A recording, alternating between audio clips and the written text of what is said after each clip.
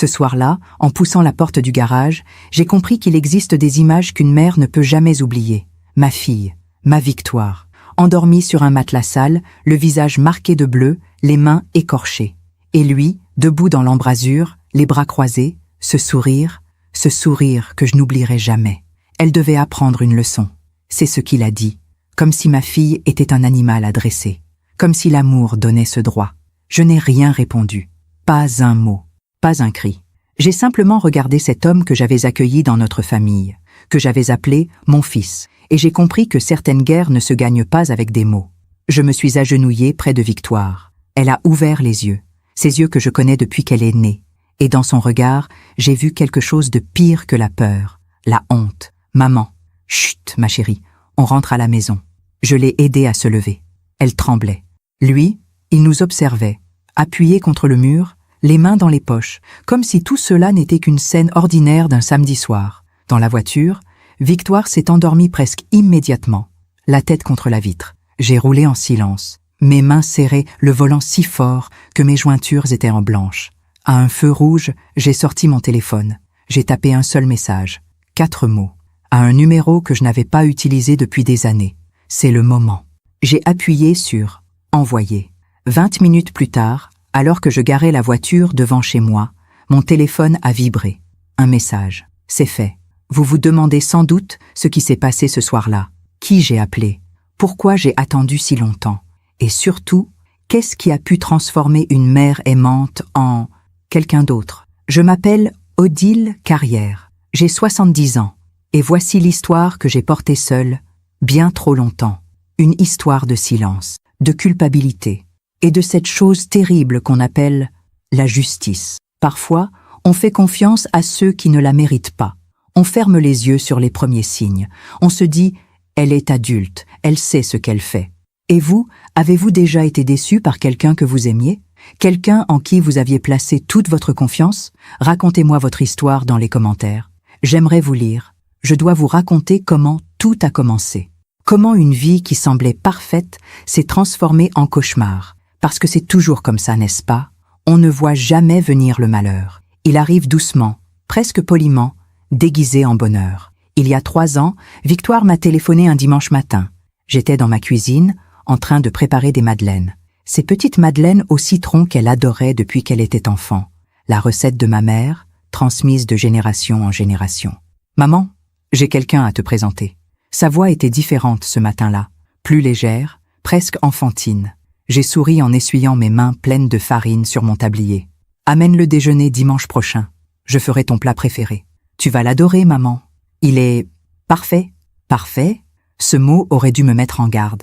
Rien n'est jamais parfait dans ce monde, mais j'étais une mère heureuse. Ma fille avait enfin trouvé quelqu'un après ces années difficiles, après son divorce avec Thomas, après cette période sombre où je la voyais s'éteindre peu à peu. Alors, j'ai choisi de croire au bonheur. J'ai choisi de croire que ma Victoire méritait enfin la paix. Le dimanche suivant, ils sont arrivés vers midi.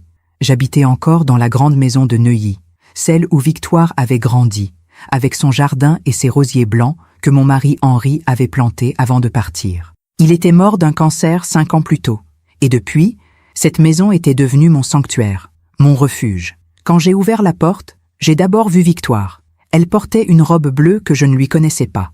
Ses cheveux étaient coiffés différemment. Elle souriait, mais c'était un sourire que je n'avais jamais vu sur son visage. Un sourire, comment dire, un sourire qui demandait l'approbation. Et puis je l'ai vu, lui, Maxime. Grand, élégant, la quarantaine, costume impeccable, sourire éclatant. Il m'a tendu la main avec une assurance tranquille. « Madame Carrière, quel plaisir de vous rencontrer enfin. Victoire m'a tellement parlé de vous. » Sa voix était chaude, cultivée. Il avait ce charme des hommes qui ont l'habitude de plaire, de convaincre. Il m'a tendu un bouquet de pivoine, mes fleurs préférées. Comment le savait-il? Victoire le lui avait dit, évidemment. « Appelez-moi Odile, je vous en prie. »« Entrez, entrez. » Le déjeuner s'est merveilleusement bien passé. Maxime était drôle, attentionné, cultivé. Il dirigeait une entreprise d'import-export, voyageait beaucoup, connaissait le monde. Il parlait de l'Italie, du Japon, de ces endroits où Victoire n'était jamais allée. Et elle l'écoutait, les yeux brillants comme une écolière émerveillée. À un moment, Il a posé sa main sur la sienne. Un geste possessif, presque imperceptible. Mais je l'ai vu. Et quelque chose en moi s'est tendu. Comme une corde de violon qu'on tire trop fort. Maman, Maxime m'a invité à passer 1 mois en Toscane cet été, dans sa maison de famille. 1 mois? Mais ton travail? J'ai demandé un congé sans solde. C'est important pour moi, maman. Pour nous. Maxime a souri. Ce sourire parfait. Trop parfait. Ne vous inquiétez pas, Odile. Je prendrai soin d'elle. Ces mots. Je prendrai soin d'elle. Comme si ma fille de 38 ans était une enfant. Comme si elle avait besoin qu'on prenne soin d'elle. Mais j'ai souri. J'ai dit que c'était merveilleux. J'ai servi le dessert, une tarte aux framboises, et j'ai écouté Maxime raconter ses projets, ses ambitions, sa vie parfaite. Quand ils sont partis, Victoire m'a embrassé longuement sur le pas de la porte. Merci, maman. Je savais que tu l'aimerais. Je veux juste ton bonheur, ma chérie. Je suis heureuse, vraiment heureuse, pour la première fois depuis longtemps. Je les ai regardés partir dans la voiture de Maxime, une Mercedes noire, rutilante. Victoire s'est retournée une dernière fois pour me faire un signe de la main. Et moi, debout dans l'embrasure de ma porte, j'ai senti ce frisson glacé qui traverse le corps quand on sait, quelque part au fond de soi, que quelque chose ne va pas. Ce soir-là, j'ai retrouvé dans la salle à manger une petite cuillère en argent, celle que Victoire utilisait toujours depuis qu'elle était petite. Elle l'avait oubliée près de sa tasse de café. Je l'ai ramassée. Elle était encore tiède. Je ne savais pas encore que cette cuillère deviendrait mon encre, mon rappel, que je la garderais dans ma poche pendant les 3 années qui ont suivi, comme un talisman contre la peur, contre le silence. Les mois ont passé. Victoire est partie en Toscane. Elle m'appelait de moins en moins. Quand elle le faisait, sa voix était différente, plus plate, plus fatiguée. Tout va bien, maman. C'est juste, c'est magnifique ici. Maxime me fait découvrir tellement de choses. Tu me manques, ma chérie. Quand reviens-tu? Bientôt, bientôt. Mais bientôt n'arrivait jamais. L'été s'est transformé en automne, puis en hiver. Et Victoire n'était toujours pas rentrée. Pendant que je raconte tout cela, je me demande d'où vous m'écoutez. Peut-être dans votre cuisine, comme moi ce dimanche-là. Peut-être dans votre voiture, en rentrant du travail. Écrivez le nom de votre ville en commentaire. J'aimerais savoir où mes mots vous trouvent. Quand Victoire est enfin rentrée de Toscane, c'était le mois de novembre. 6 mois s'étaient écoulés. 6 mois pendant lesquels j'avais essayé de me convaincre que tout allait bien, que ma fille vivait simplement sa vie, son amour, sa liberté. Elle m'a appelé un mardi soir. « Maman, on rentre samedi. Maxime et moi, on a quelque chose à t'annoncer. » Mon cœur s'est serré. Je connaissais ce ton. C'était le ton qu'elle avait eu autrefois, quand elle m'avait annoncé son premier mariage. Ce mélange d'excitation et d'appréhension, comme si elle cherchait mon approbation avant même de prononcer les mots. « Vous venez dîner ?»« Non, maman. On préfère se voir ailleurs. Au restaurant. Le Pré Catelan. Samedi. 20h. Le Pré Catelan. Un restaurant étoilé au bois de Boulogne. Henri m'y avait emmené pour notre 20e anniversaire de mariage. C'était notre endroit. Notre lieu de célébration. Victoire le savait. Alors pourquoi là-bas? Pourquoi pas à la maison, autour de ma table, comme nous l'avions toujours fait? Mais j'ai dit oui. J'ai dit que j'étais impatiente. J'ai raccroché et je me suis assise dans le salon, dans le fauteuil où Henri lisait son journal le dimanche matin. J'ai sorti de ma poche la petite cuillère en argent. Je la portais avec moi depuis ce fameux déjeuner. Je ne sais pas pourquoi. C'était devenu une habitude, un réflexe. Je l'ai serrée dans ma paume. Le métal était froid. Le samedi soir, j'ai mis ma robe bordeaux, celle que Henri aimait tant. J'ai attaché mes cheveux. J'ai mis du rouge à lèvres. Dans le miroir de l'entrée, j'ai vu une femme de 67 ans qui essayait de paraître forte, confiante, sereine. Mais mes yeux me trahissaient. Ils disaient la vérité. J'avais peur. Je suis arrivée la première au restaurant. La salle était magnifique, tout en dorure discrète et nappes blanches immaculées. On m'a installée à une table près de la fenêtre, avec vue sur le jardin illuminé. J'ai commandé un verre d'eau. Mes mains tremblaient légèrement. Puis je les ai vues arriver. Victoire portait une robe noire, sobre, élégante, trop sobre, trop sage. Ce n'était pas son style. Elle qui aimait les couleurs, les motifs, la fantaisie, ses cheveux étaient tirés en arrière, sévèrement, pas de bijoux, sauf une alliance que je ne lui connaissais pas. Mon sang s'est glacé. Maxime marchait légèrement devant elle, comme s'il ouvrait le chemin. Il m'a embrassée sur les 2 joues, s'est assis en face de moi, a commandé du champagne sans me demander mon avis. « Odile, vous êtes resplendissante, n'est-ce pas, ma chérie ?» Victoire a hoché la tête. Elle ne me regardait pas dans les yeux. Ma chérie, montre à ta mère. Elle a tendu sa main gauche, lentement, comme si ce geste lui coûtait un effort immense. L'alliance brillait sous la lumière tamisée du restaurant. Ah, on s'est mariés, maman. En Italie, le mois dernier, à Florence. C'était intime. Juste nous deux et quelques amis de Maxime. Le silence. Ce silence terrible qui s'installe quand le monde s'effondre et qu'on doit continuer à sourire, à respirer, à exister. Vous êtes mariés? Ma voix était blanche. Maxime a levé son verre. Nous voulions éviter tout ce cirque traditionnel. Vous comprenez? Les grandes cérémonies, les obligations familiales. Nous avons préféré quelque chose d'authentique, de vrai, authentique, vrai. Ces mots, dans sa bouche, sonnaient comme des gifles. Mais Victoire, tu ne m'as rien dit. Pas un mot, pas un appel. C'est moi qui ai insisté, Odile. Maxime a posé sa main sur celle de Victoire. Encore ce geste possessif que j'avais remarqué lors du premier déjeuner. Mais cette fois, c'était plus visible, plus appuyé. Ses doigts serraient le poignet de ma fille. Victoire est une grande fille. Elle n'a plus besoin de demander la permission. Nous sommes un couple moderne, indépendant. N'est-ce pas, mon amour? Victoire a acquiescé. Ses lèvres formaient un sourire, mais ses yeux étaient éteints, comme deux fenêtres fermées sur une maison abandonnée. J'ai voulu protester. J'ai voulu dire « Mais je suis ta mère. Tu es ma fille unique. Comment as-tu pu te marier sans moi ?» Mais les mots restaient coincés dans ma gorge, parce que je voyais bien. Je voyais ce qu'il avait fait, comment il l'avait coupé de moi, lentement, méthodiquement, pendant ces 6 mois en Italie. Le champagne est arrivé. Maxime a porté un toast à notre nouvelle vie, à notre famille. J'ai levé mon verre, j'ai bu. Le champagne avait un goût de cendre. Le dîner a duré 2 heures. 2 heures pendant lesquelles Maxime a monopolisé la conversation, raconté leurs projets, leur vie à venir. Ils allaient s'installer dans la maison familiale de Maxime, à Saint-Cloud. Une grande propriété avec jardin. Victoire allait quitter son travail, ce poste de graphiste qu'elle adorait tant, pour se consacrer à leur foyer, à leur futur. Elle a besoin de repos, vous comprenez? Ces dernières années ont été difficiles pour elle. Le divorce, la dépression. Je veux qu'elle se reconstruise, loin du stress, loin de tout, loin de tout, loin de moi. Victoire n'a presque rien dit de la soirée. Elle picorait dans son assiette, acquiesçait quand Maxime parlait, souriait au bon moment, comme une marionnette dont on tire les fils. À la fin du repas, je l'ai accompagnée aux toilettes. C'était ma seule chance de lui parler seule. Dans le couloir, je l'ai prise par le bras. « Victoire, dis-moi la vérité. Tu es heureuse? Vraiment heureuse ?» Elle a détourné le regard. Son menton tremblait légèrement. « Maman, s'il te plaît, ne complique pas les choses. Je suis ta mère. J'ai le droit de savoir si... Maxime m'aime. Il prend soin de moi. C'est tout ce qui compte. Mais pourquoi tu ne m'as pas invité au mariage? Pourquoi tu... Parce que tu n'aurais pas compris. Tu aurais essayé de me dissuader. Comme toujours. » Ces mots m'ont frappé en plein cœur. Comme toujours. Comme si j'avais passé ma vie à l'empêcher d'être heureuse. Comme si mon amour n'était qu'un fardeau.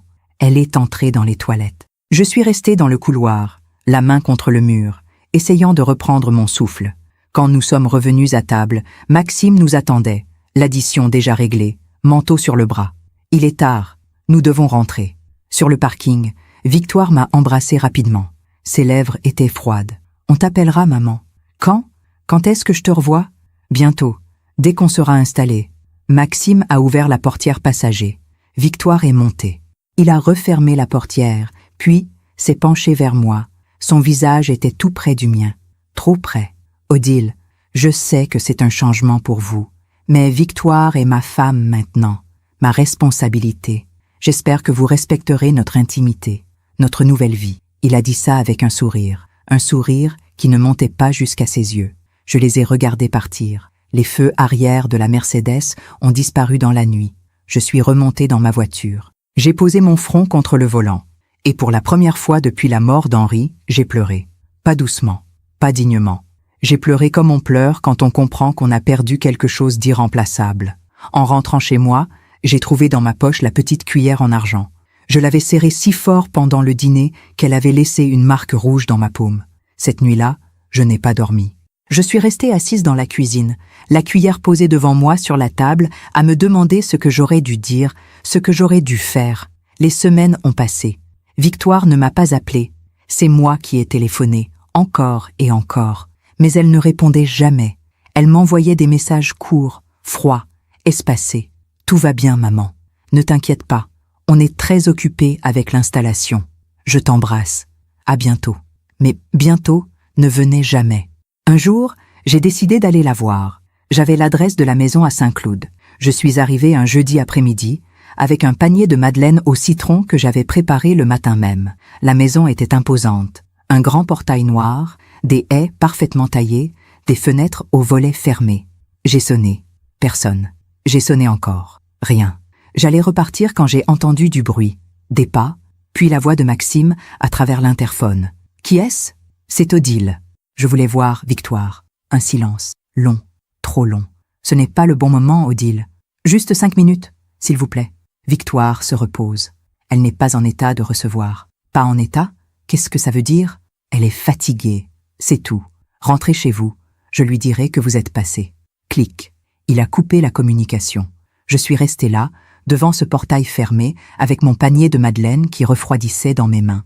J'ai regardé les fenêtres du premier étage, et là, derrière un rideau entrebâillé, j'ai vu une ombre, une silhouette mince, immobile. Victoire. Elle me regardait, j'en suis sûre, mais elle n'a pas bougé. Elle n'a pas ouvert. Elle est restée là, comme une prisonnière derrière ses barreaux invisibles.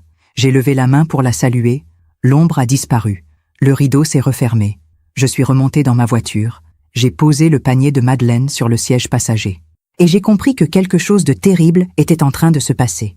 Quelque chose que je ne pouvais pas encore nommer, mais que je sentais dans mes os, dans mon sang, dans ce frisson glacé qui ne me quittait plus.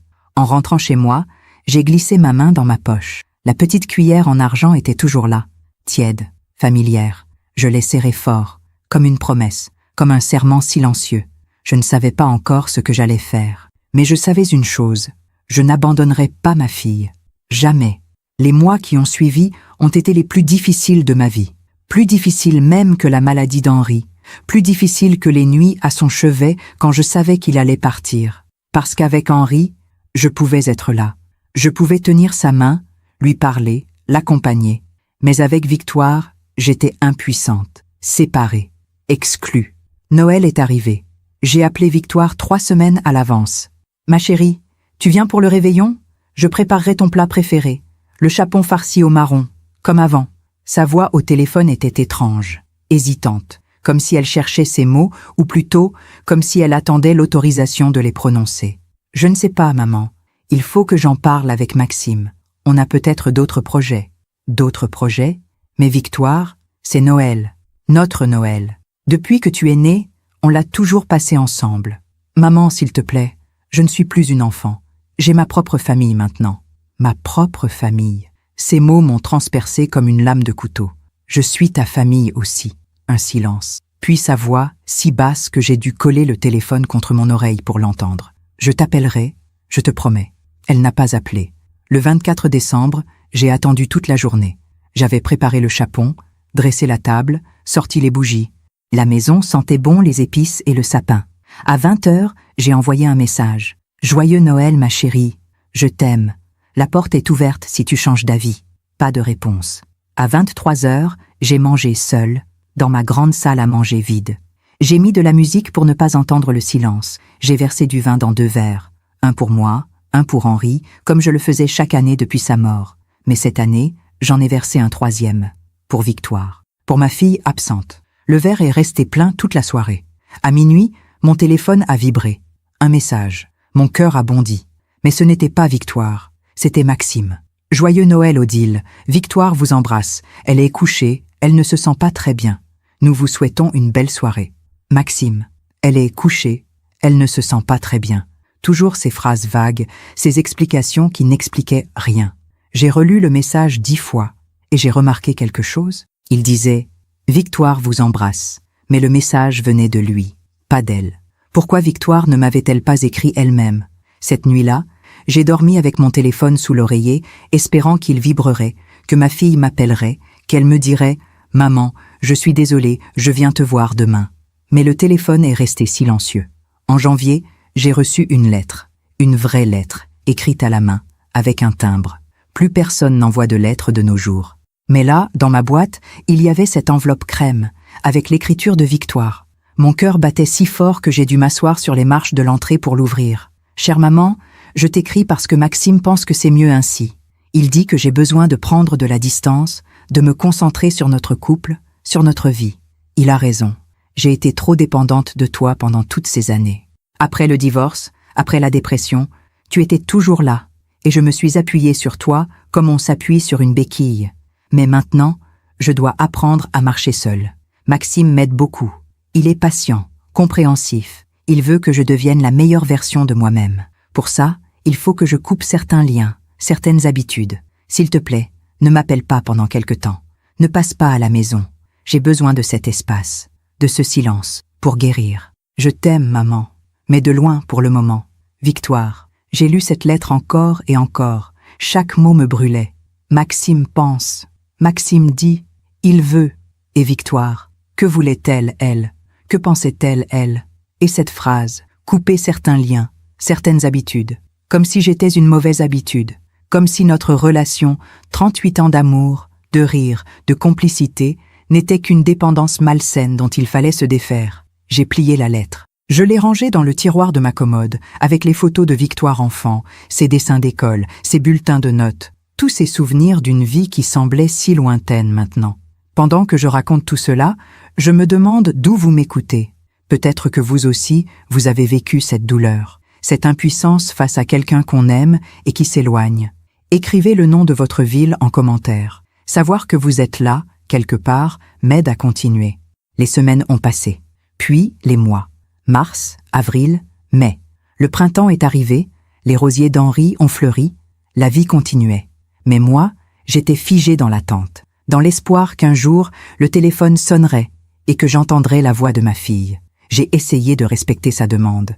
J'ai essayé de lui laisser cet espace dont elle parlait dans sa lettre. Mais c'était comme essayer de ne pas respirer. Contre nature. Impossible. Alors je me suis mise à passer devant la maison de Saint-Cloud. Pas tous les jours. Juste parfois, le jeudi en allant faire mes courses, le dimanche après la messe. Je ralentissais devant le grand portail noir. Je regardais les fenêtres. J'espérais apercevoir une ombre, un mouvement, un signe. Un jour, en juin, je l'ai vue. Elle était dans le jardin, en train d'étendre du linge. Elle portait une robe simple, grise, sans forme. Ses cheveux étaient attachés. De loin, elle ressemblait à une vieille femme, courbée, fatiguée. J'ai failli m'arrêter. J'ai failli descendre de la voiture, pousser le portail, courir vers elle, la serrer dans mes bras. Mais à ce moment-là, Maxime est sorti de la maison. Il a crié quelque chose. Je n'ai pas entendu les mots, mais j'ai vu le geste. Il pointait le doigt vers elle. Elle a ramassé le panier de linge précipitamment et est rentrée dans la maison, tête baissée. Mon sang s'est glacé. Ce geste, cette autorité, cette peur dans les mouvements de Victoire. J'ai continué à rouler. Mes mains tremblaient sur le volant. J'ai dû m'arrêter 3 rues plus loin pour reprendre mon souffle. Ce soir-là, j'ai fait quelque chose que je n'avais jamais fait de ma vie. J'ai téléphoné à une vieille amie, Françoise, qui travaillait dans le social. Nous nous étions connus il y a des années, lors d'une collecte pour une association. Elle s'occupait de femmes victimes de violences conjugales. « Françoise, j'ai besoin de ton aide. Enfin, pas pour moi, pour ma fille. » Je lui ai tout raconté. Le mariage secret, l'isolement, la lettre, ce que j'avais vu dans le jardin. Ma voix tremblait. J'avais honte. Honte d'admettre que je n'avais pas su protéger ma fille. Honte de ne pas avoir agi plus tôt. Françoise m'a écoutée en silence. Puis elle a dit, d'une voix douce mais ferme, « Odile, ce que tu décris, ce sont les signes classiques d'une emprise. L'isolement de la famille et des amis, le contrôle des communications, la dévalorisation progressive. C'est un processus lent, invisible de l'extérieur. Mais Victoire est intelligente. Elle a fait des études. Elle a vécu seule après son divorce. Comment a-t-elle pu se laisser... Ça n'a rien à voir avec l'intelligence, Odile. L'emprise fonctionne sur les émotions, sur les failles, sur les blessures. Et les hommes comme celui que tu décris savent exactement comment s'y prendre. Ils choisissent des femmes vulnérables, des femmes qui sortent d'une épreuve. Ils se présentent comme des sauveurs, un sauveur. C'est exactement ce que Maxime avait été pour Victoire. Après le divorce difficile, après la dépression, après ces années où elle se cherchait, il était arrivé. Parfait, attentionné, généreux. Qu'est-ce que je peux faire? Rien, tant qu'elle ne demande pas d'aide. Tu ne peux pas la forcer. Tu ne peux pas la sauver malgré elle. Tout ce que tu peux faire, c'est rester présente, lui faire savoir que tu es là, que la porte est ouverte, et attendre qu'elle soit prête. Et si elle n'est jamais prête? Et s'il est trop tard? Françoise a soupiré. Un long soupir chargé de toutes les histoires qu'elle avait entendues, toutes les femmes qu'elle n'avait pas pu sauver. Alors tu devras vivre avec ça. Mais Odile, écoute-moi bien. Si un jour elle t'appelle, si un jour elle te demande de l'aide, tu devras être prête. Prête à agir vite, sans hésitation, sans jugement. Tu comprends? Oui, je comprends. Je vais te donner mon numéro personnel. Garde-le précieusement. Si jamais il se passe quelque chose, tu m'appelles. Jour et nuit, je viendrai. J'ai noté son numéro sur un petit papier que j'ai plié et glissé dans mon portefeuille, à côté d'une photo de Victoire enfant. Une photo où elle souriait, insouciante, les cheveux au vent, dans le jardin de notre ancienne maison. L'été est passé, puis l'automne. Une année complète s'était écoulée depuis le mariage. Une année sans voir ma fille. Une année à vivre dans l'attente et l'inquiétude. Et puis, un soir d'octobre, mon téléphone a sonné. Un numéro inconnu. J'ai hésité avant de décrocher. Ces derniers temps, je ne décrochais plus pour les numéros inconnus.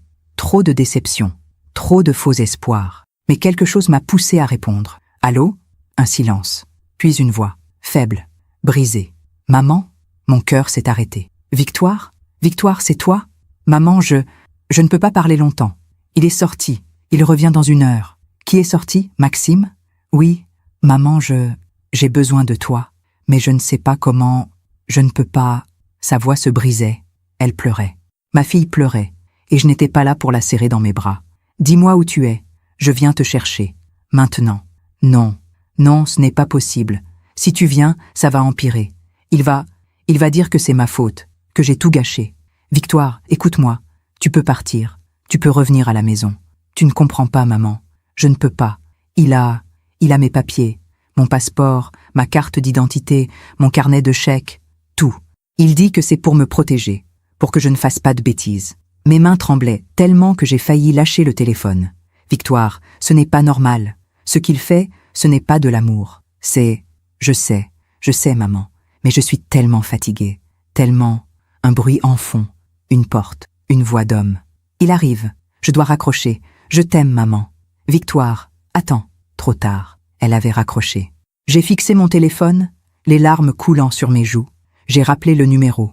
Ça sonnait dans le vide, encore et encore. Personne ne décrochait. Cette nuit-là, je n'ai pas dormi. Je suis restée assise dans ma cuisine, la petite cuillère en argent posée devant moi. Cette cuillère que Victoire avait utilisée lors de ce premier déjeuner avec Maxime. Cette cuillère que je portais dans ma poche depuis plus d'1 an maintenant, comme un talisman. Je l'ai prise dans ma main. Le métal était froid, dur, solide. Et j'ai pris une décision. J'ai sorti le papier avec le numéro de Françoise. Je l'ai posé à côté du téléphone. Prête à agir, prête à faire ce qu'il faudrait. Parce qu'une mère ne peut pas rester les bras croisés quand sa fille se noie. Même si l'eau est invisible, même si personne d'autre ne voit le danger, j'allais la sauver, d'une manière ou d'une autre. Les semaines qui ont suivi cet appel ont été un enfer silencieux.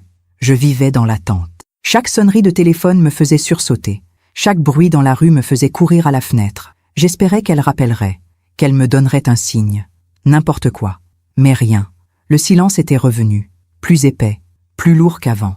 J'ai essayé de la joindre sur tous les numéros que je connaissais. Son ancien portable, son mail, même son compte Facebook qu'elle n'utilisait presque plus. Partout, le vide, comme si elle avait été effacée du monde. Françoise m'a conseillé la patience. Elle viendra quand elle sera prête, Odile. Tu ne peux pas forcer les choses. Mais la patience, quand on est mère, c'est une torture. Chaque jour qui passait était un jour de plus où ma fille souffrait. Un jour de plus où cet homme la détruisait à petit feu.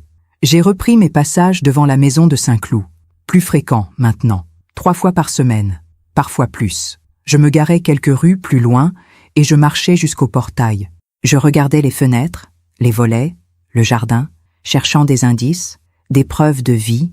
Un mardi matin, début novembre, j'ai vu quelque chose qui m'a glacé le sang. Le portail était entrouvert, pas complètement ouvert, juste entrebâillé, comme si quelqu'un avait oublié de le fermer correctement. C'était la première fois en plus d'1 an que je voyais ce portail ouvert. J'ai hésité. Devais-je entrer? C'était une propriété privée. Je n'avais aucun droit. Mais c'était ma fille qui vivait là-dedans. Ma fille qui m'avait appelée, terrorisée, quelques semaines plus tôt. J'ai respiré profondément. J'ai touché la petite cuillère dans ma poche et j'ai poussé le portail. L'allée était longue, bordée de buis parfaitement taillés. Mes pas crissaient sur le gravier. Mon cœur battait si fort que je l'entendais dans mes oreilles. J'avançais lentement, prête à faire demi-tour au moindre signe de danger. La maison était encore plus imposante de près. 3 étages, des volets verts sombres, des fenêtres à petits carreaux. Belle, élégante, mais froide, comme un mausolée. Je me suis approchée de la porte d'entrée. J'allais sonner quand j'ai entendu des voix, des cris, qui venaient de l'intérieur. La voix de Maxime, forte, autoritaire. « Tu es incapable de faire quoi que ce soit correctement. Regarde-moi ça. Tu appelles ça un repas ?» Un bruit de vaisselle qui se brise. Un cri étouffé.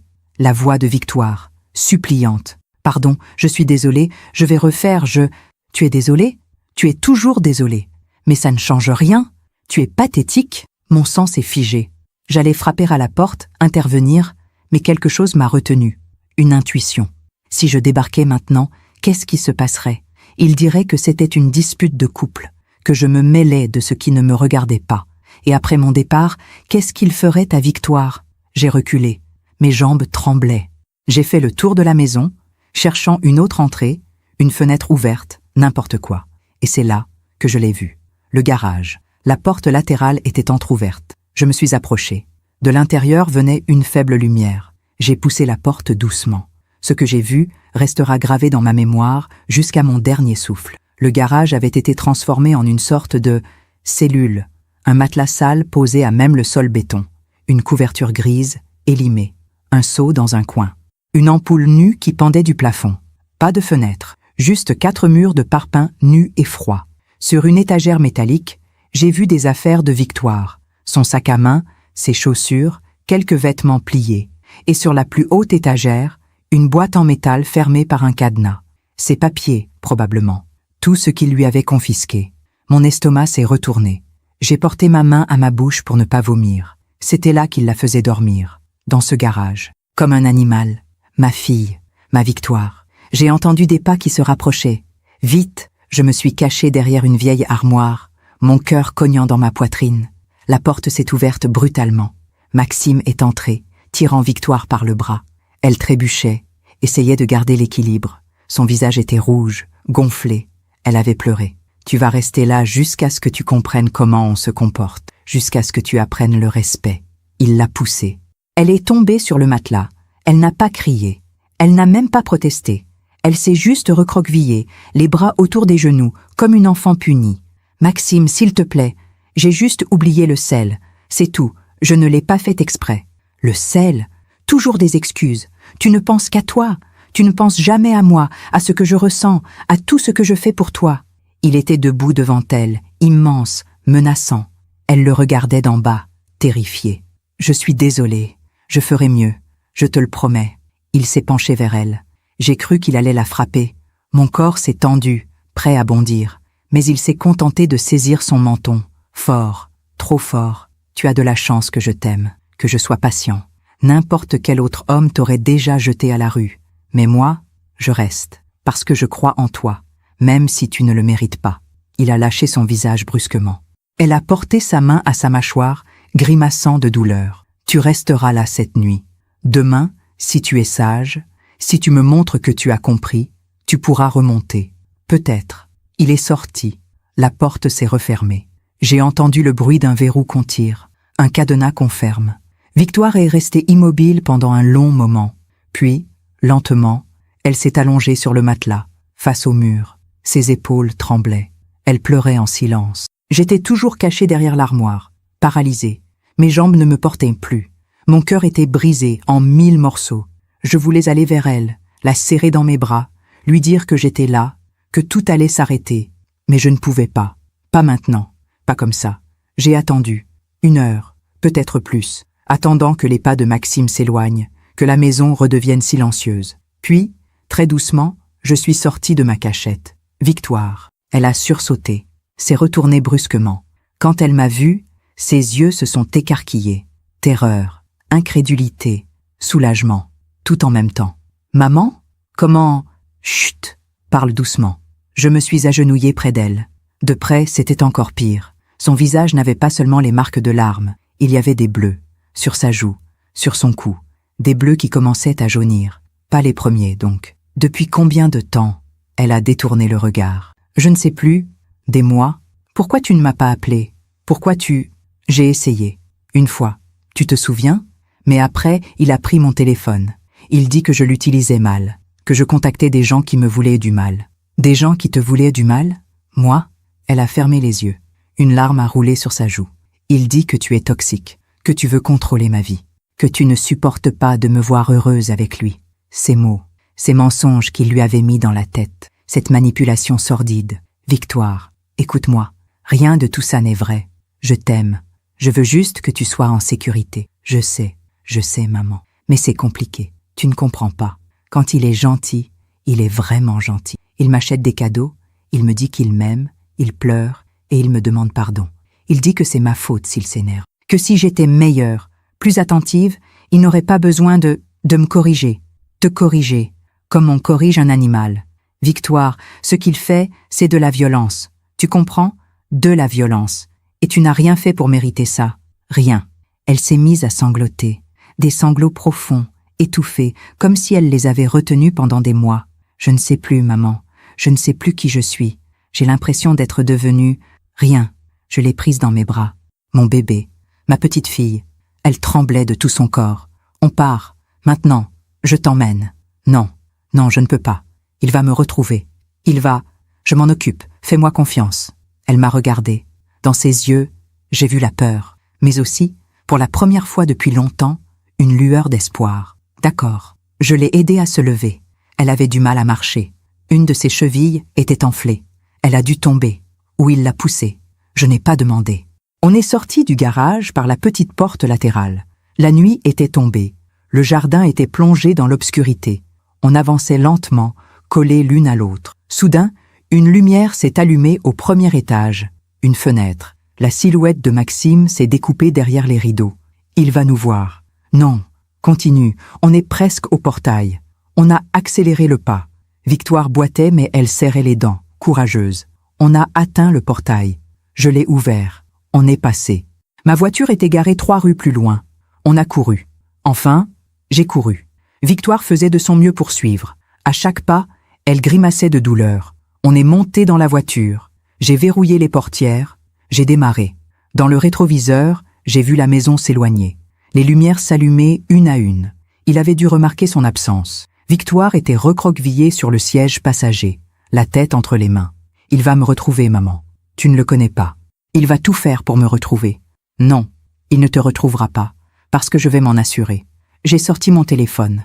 J'ai trouvé le numéro de Françoise, celui qu'elle m'avait donné des mois plus tôt. Si jamais il se passe quelque chose, tu m'appelles. Jour et nuit. C'était le moment. J'ai appuyé sur « Appeler ». Ça a sonné 2 fois. Puis sa voix. « Allô, Françoise, c'est Odile. J'ai ma fille avec moi. J'ai besoin de ton aide. Maintenant. Où es-tu? En voiture. Je rentre chez moi. Non, surtout pas chez toi. C'est le premier endroit où il ira. Écoute-moi bien. Tu vas aller à l'hôpital, Saint-Joseph. Tu demandes le service des urgences. Tu dis que ta fille a été victime de violences conjugales. Ils savent quoi faire. Ils vont la prendre en charge, documenter les blessures. Et moi, j'arrive. Dans 20 minutes. Merci. Merci Françoise. Tiens bon, Odile. Tu as fait la chose la plus difficile. Le reste, on va le faire ensemble. J'ai raccroché. J'ai regardé Victoire. Elle s'était endormie, épuisée, la tête contre la vitre. Son visage, même dans le sommeil, portait les marques de la souffrance. À un feu rouge, j'ai glissé ma main dans ma poche. La petite cuillère en argent était toujours là, chaude maintenant, presque vivante. Je l'ai serrée fort, comme un serment. Maxime allait payer, d'une manière ou d'une autre, pas par la vengeance, pas par la violence, mais par la justice. La vraie, celle qui rétablit l'équilibre, celle qui fait que chaque acte porte ses conséquences. J'avais un plan que j'avais commencé à échafauder des semaines plus tôt, après cet appel désespéré de Victoire. Un plan dont je n'avais parlé à personne. Parce qu'une mère fait ce qu'elle doit faire, même quand c'est difficile, même quand ça fait peur. L'hôpital était illuminé dans la nuit. J'ai garé la voiture, j'ai réveillé Victoire doucement. On est arrivé, ma chérie. Tu es en sécurité maintenant. Elle a ouvert les yeux, Elle m'a regardé. Et pour la première fois depuis si longtemps, j'ai vu un sourire. Petit, fragile, mais un sourire quand même. Merci, maman. On est entré dans l'hôpital, main dans la main. Comme quand elle était petite et qu'elle avait peur du médecin. Mais cette fois, ce n'était pas le médecin qui faisait peur. C'était ce qui allait suivre. L'hôpital sentait le désinfectant et le café froid. Ces odeurs que je connaissais trop bien depuis la maladie d'Henri. Mais cette nuit-là, elles avaient un autre sens. Elles sentaient le refuge, la sécurité, le commencement de quelque chose. Une infirmière nous a accueillis aux urgences. Elle a regardé Victoire, son visage tuméfié, sa démarche hésitante, et j'ai vu dans ses yeux qu'elle savait, qu'elle avait déjà vu ça, trop souvent. Venez avec moi. Elle nous a emmenés dans une salle à part, pas avec les autres patients. Une salle discrète au bout d'un couloir. Sur la porte, il y était écrit « Unité médico-judiciaire ». Françoise est arrivée 10 minutes plus tard. Elle portait un jean et un pull, les cheveux relevés à la hâte. Je ne l'avais jamais vue aussi sérieuse. Odile. Elle m'a serrée dans ses bras. Fort. Puis elle s'est tournée vers Victoire. « Bonjour Victoire. Je m'appelle Françoise. Je suis assistante sociale spécialisée dans l'accompagnement des femmes victimes de violences. Votre maman m'a appelée. Vous êtes courageuse d'être venue. » Victoire n'a rien dit. Elle fixait le sol, les bras serrés autour de son corps. Françoise s'est assise à côté d'elle, doucement, sans la toucher. « Je sais que c'est difficile. Je sais que vous avez peur. C'est normal. Mais maintenant, vous êtes en sécurité. Personne ne peut vous faire de mal ici. Il va venir. Il va me chercher. Non. L'hôpital a un protocole strict. Nous n'autorisons personne à entrer sans votre accord. Et si quelqu'un essaie de forcer l'entrée, la sécurité intervient immédiatement. » Victoire a relevé la tête. Pour la première fois, j'ai vu quelque chose qui ressemblait à du soulagement traverser son visage. Un médecin est entré. Une femme d'une 50aine d'années. Le regard bienveillant mais professionnel. « Bonsoir, je suis le docteur Lemoine. Je vais vous examiner, Victoire. Documenter vos blessures. C'est important pour la suite. » Vous comprenez? La suite? Si vous décidez de porter plainte, ces certificats médicaux seront des preuves. Mais c'est votre choix. Personne ne vous forcera. Porteur plainte. Ces mots ont fait trembler Victoire. Je ne peux pas. S'il apprend que j'ai porté plainte, il ne saura rien. Pas tout de suite. Et quand il le saura, vous serez protégé. Il existe des mesures, des ordonnances de protection, des interdictions d'approcher. Françoise a posé doucement sa main sur l'épaule de Victoire. Pour l'instant, on va juste documenter. D'accord? Le reste, on verra après. Étape par étape. Victoire a hoché la tête. Le docteur Lemoine m'a demandé de sortir pendant l'examen. J'ai attendu dans le couloir, assise sur une chaise en plastique, les mains jointes, la petite cuillère serrée dans ma paume. Je priais. Je ne suis pas très pratiquante, mais cette nuit-là, j'ai prié comme je n'avais jamais prié.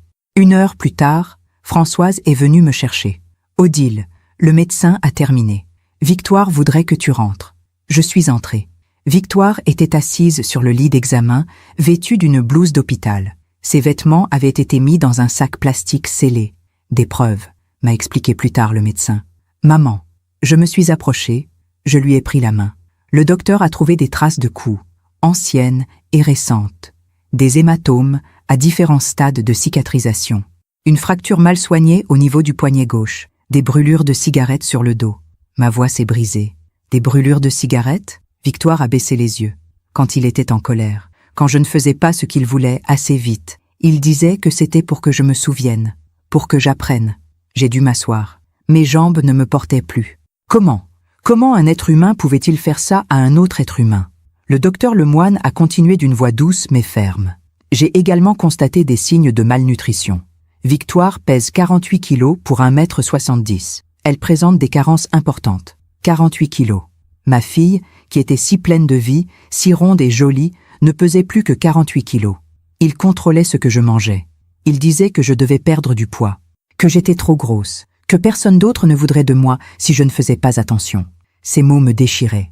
Chaque phrase était un coup de poignard. Françoise a ouvert son dossier. « Odile, maintenant, il faut qu'on parle de la suite. Victoire ne peut pas retourner là-bas, c'est évident. Mais elle ne peut pas non plus aller chez toi, pas dans l'immédiat. Pourquoi? Parce que c'est le premier endroit où il ira la chercher. Il faut qu'elle soit dans un lieu sûr. Un lieu dont il ne connaît pas l'existence. Un foyer? Oui, un centre d'hébergement d'urgence pour femmes victimes de violences. L'adresse est confidentielle. Personne, même les proches, ne la connaît. Victoire s'est crispée. Je ne veux pas aller dans un foyer. Je ne suis pas comme ces femmes. Françoise a souri tristement. Toutes les femmes que j'accompagne me disent ça au début. Mais Victoire, il n'y a pas de profil type. La violence conjugale touche toutes les femmes, riches ou pauvres, éduquées ou non, jeunes ou âgées. Et le foyer, ce n'est pas une punition, c'est une protection. Le temps que tu te reconstruises, le temps qu'on mette en place les mesures légales. Victoire a regardé vers moi, cherchant mon approbation. Va, ma chérie, c'est temporaire, quelques semaines, et je viendrai te voir, tous les jours si tu veux. Tu ne m'abandonnes pas?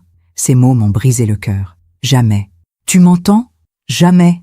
Elle s'est mise à pleurer. Je l'ai serrée contre moi. Elle était si fragile, si maigre. J'avais l'impression de tenir un oiseau blessé.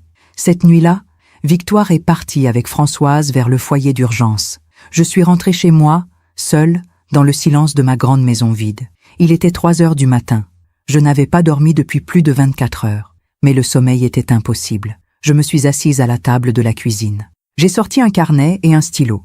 Et j'ai commencé à écrire. Tout ce que je savais, tout ce que j'avais vu, toutes les dates, tous les détails, le mariage secret, l'isolement progressif, la lettre où Victoire parlait de couper certains liens, l'appel désespéré, ce que j'avais entendu à travers la porte, ce que j'avais vu dans le garage, les blessures documentées à l'hôpital. J'écrivais comme une femme possédée, parce que je savais que ce n'était pas fini, que Maxime n'allait pas accepter de perdre son contrôle sur Victoire, qu'il allait revenir, qu'il allait essayer de la récupérer, et je devais être prête. Le lendemain matin, mon téléphone a sonné.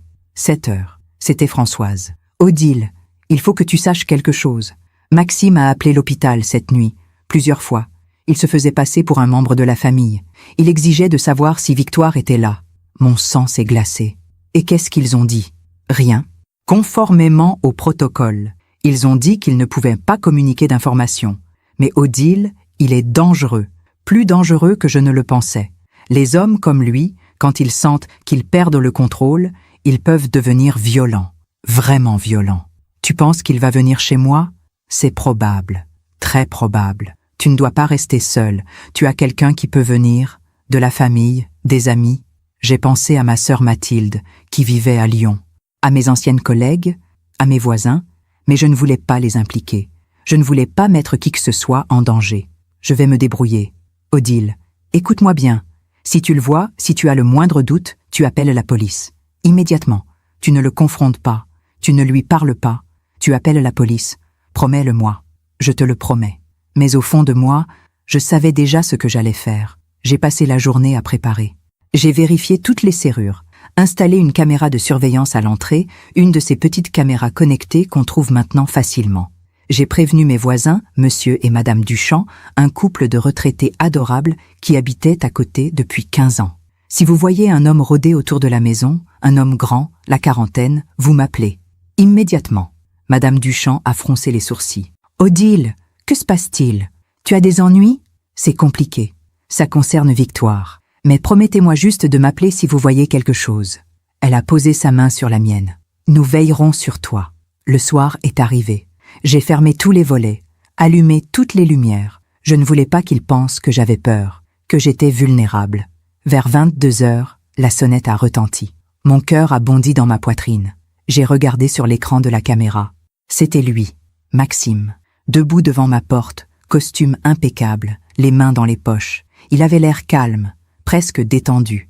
Il a sonné encore, et encore, puis il a crié « Odile, je sais que vous êtes là, ouvrez !» Je n'ai pas bougé. Mon téléphone était dans ma main, prêt à appeler la police. « Odile, je veux juste parler. Où est Victoire? Elle est là? J'ai le droit de voir ma femme. » Sa voix était douce, presque suppliante, mais je connaissais cette voix maintenant.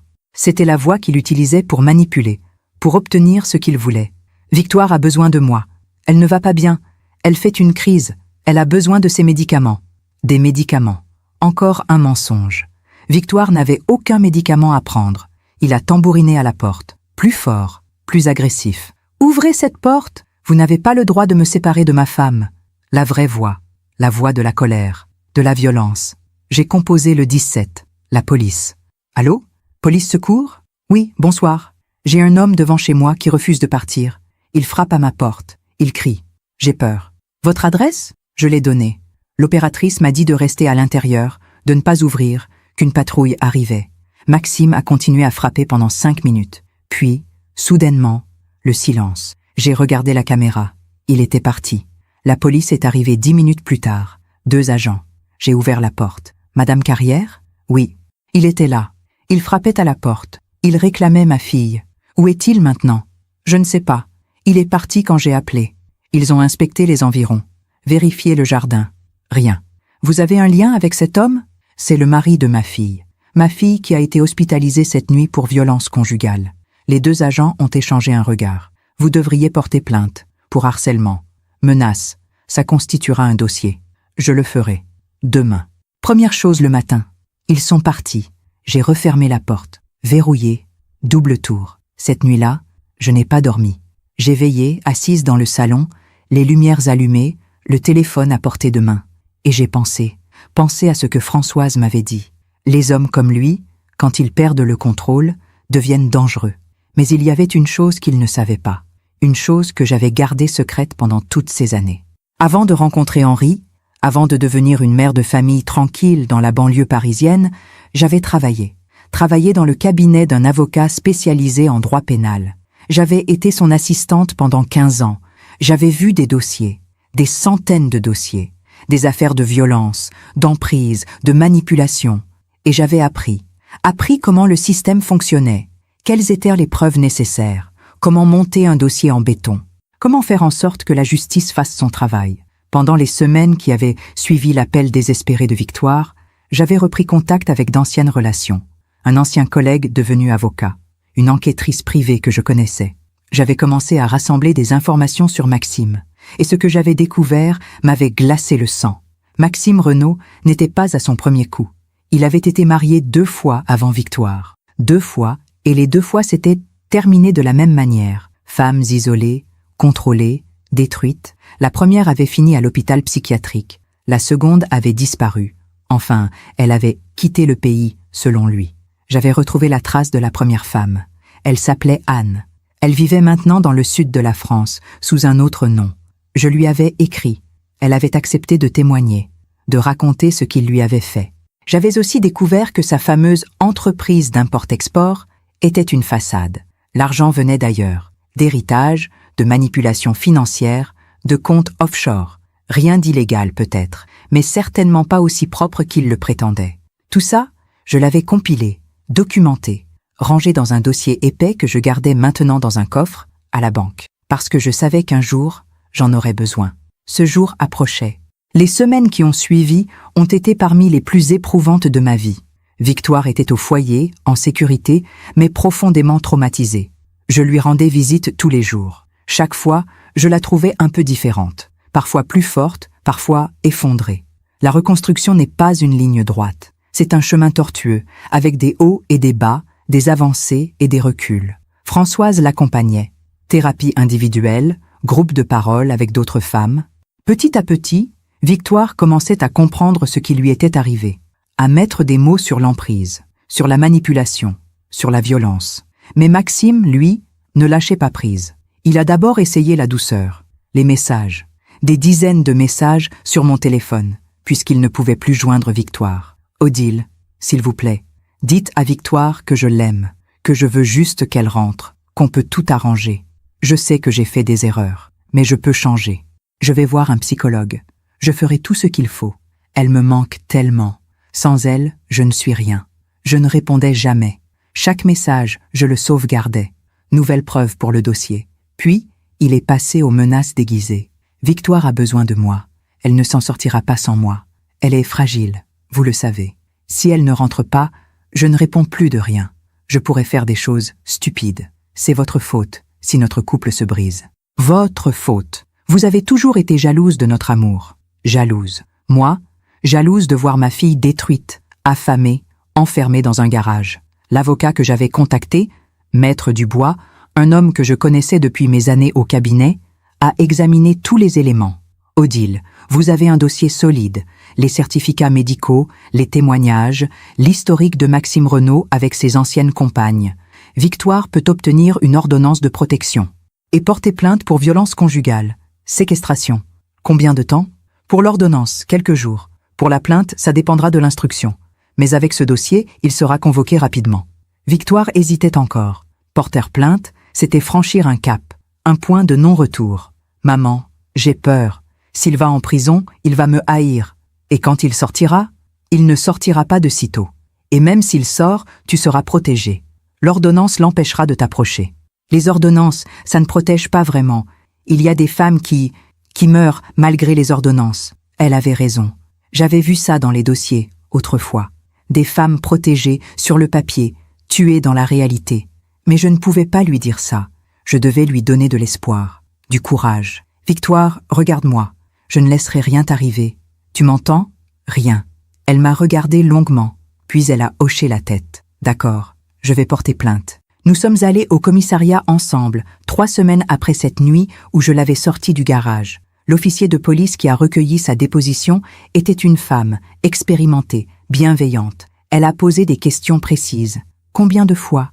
Depuis quand? Quel type de violence? Physique, psychologique, sexuelle?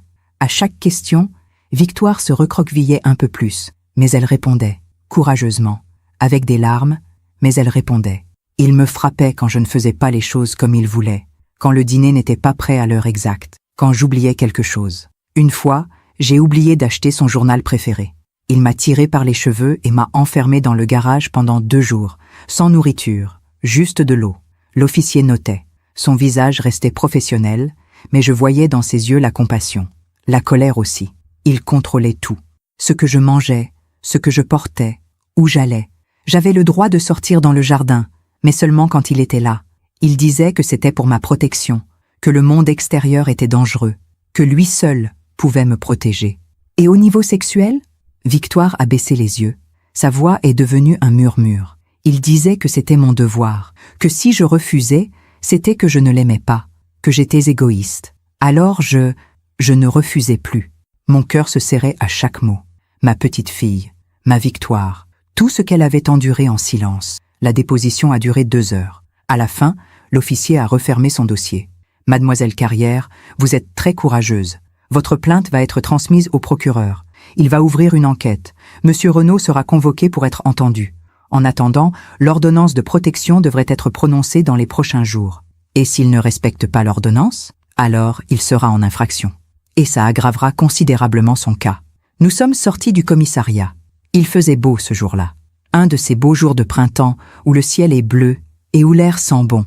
Comme si la nature se moquait de nos souffrances. Maman, j'ai fait ce qu'il fallait? Oui, ma chérie.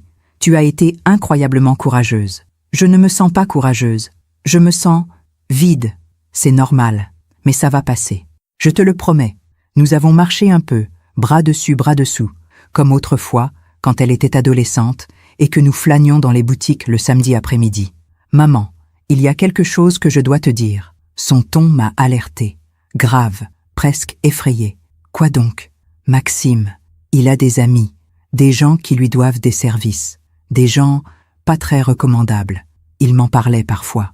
Il disait que si jamais quelqu'un lui faisait du tort, il saurait comment se venger. Mon sang s'est glacé. Tu penses qu'il pourrait... Je ne sais pas. Mais maman, fais attention, s'il te plaît. S'il pense que c'est ta faute, que tu m'as monté contre lui. Victoire, ne t'inquiète pas pour moi. Promets-moi d'être prudente. Je te le promets. Mais au fond de moi, je savais qu'elle avait raison de s'inquiéter. Maxime n'était pas un homme qui acceptait la défaite. Et maintenant qu'il avait perdu Victoire, il allait vouloir se venger. La question était, qui serait sa cible? Victoire, bien sûr, mais elle était protégée, dans un lieu secret, entourée de professionnels.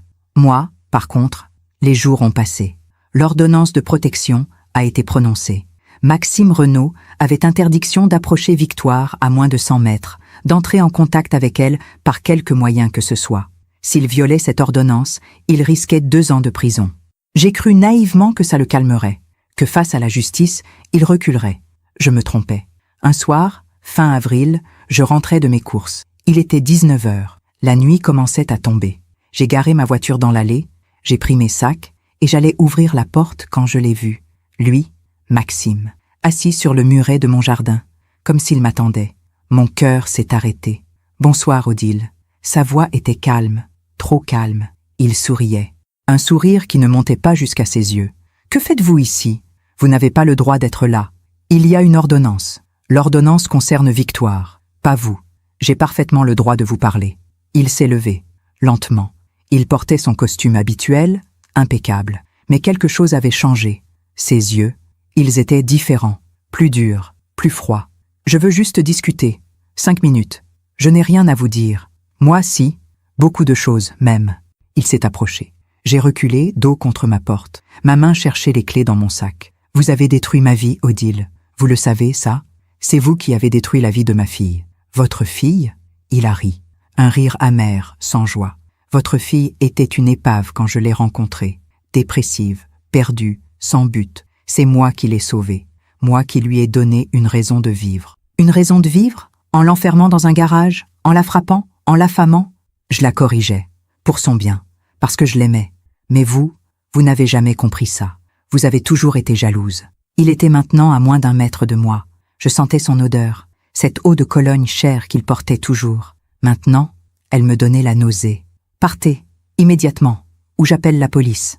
Appelez-la, mais ça ne changera rien. Tôt ou tard, Victoire reviendra vers moi. Parce qu'elle m'aime, parce qu'elle a besoin de moi. Et vous serez seule, dans votre grande maison vide, avec vos regrets. Ma fille ne reviendra jamais vers vous. Jamais. Son sourire s'est élargi. Un sourire terrifiant. On verra. Il s'est retourné, a marché lentement vers le portail. Puis il s'est arrêté. S'est retourné une dernière fois. Vous savez, Odile, les accidents arrivent si vite. Une voiture qui dérape. Une chute dans les escaliers. Un cambriolage qui tourne mal. La vie est fragile, surtout à votre âge. Ces mots. Ces menaces à peine voilées. Il est parti. J'ai attendu qu'il disparaisse au bout de la rue pour enfin ouvrir ma porte. Mes mains tremblaient tellement que j'ai dû m'y reprendre à 3 fois. Une fois à l'intérieur, j'ai verrouillé. Double tour, chaîne de sécurité, j'ai vérifié toutes les fenêtres, tous les volets, puis je me suis assise. Et j'ai pleuré. De peur, de colère, d'impuissance. Mon téléphone a sonné. C'était Victoire. « Maman, ça va ? J'ai eu un mauvais pressentiment. Ça va, ma chérie, tout va bien. » Je mentais, mais je ne pouvais pas lui dire, pas lui raconter cette confrontation. Ça l'aurait terrorisée. « Tu es sûre ? » ?»« Sûre. Dors bien, ma chérie. Je t'aime. Moi aussi, maman. » J'ai raccroché. J'ai regardé autour de moi. Cette maison où j'avais vécu tant d'années heureuses avec Henri, où j'avais élevé Victoire, où chaque meuble, chaque photo racontait une histoire. Cette maison était devenue une prison, une cible. Je ne pouvais plus vivre dans la peur, dans l'attente qu'il revienne, qu'il mette ses menaces à exécution.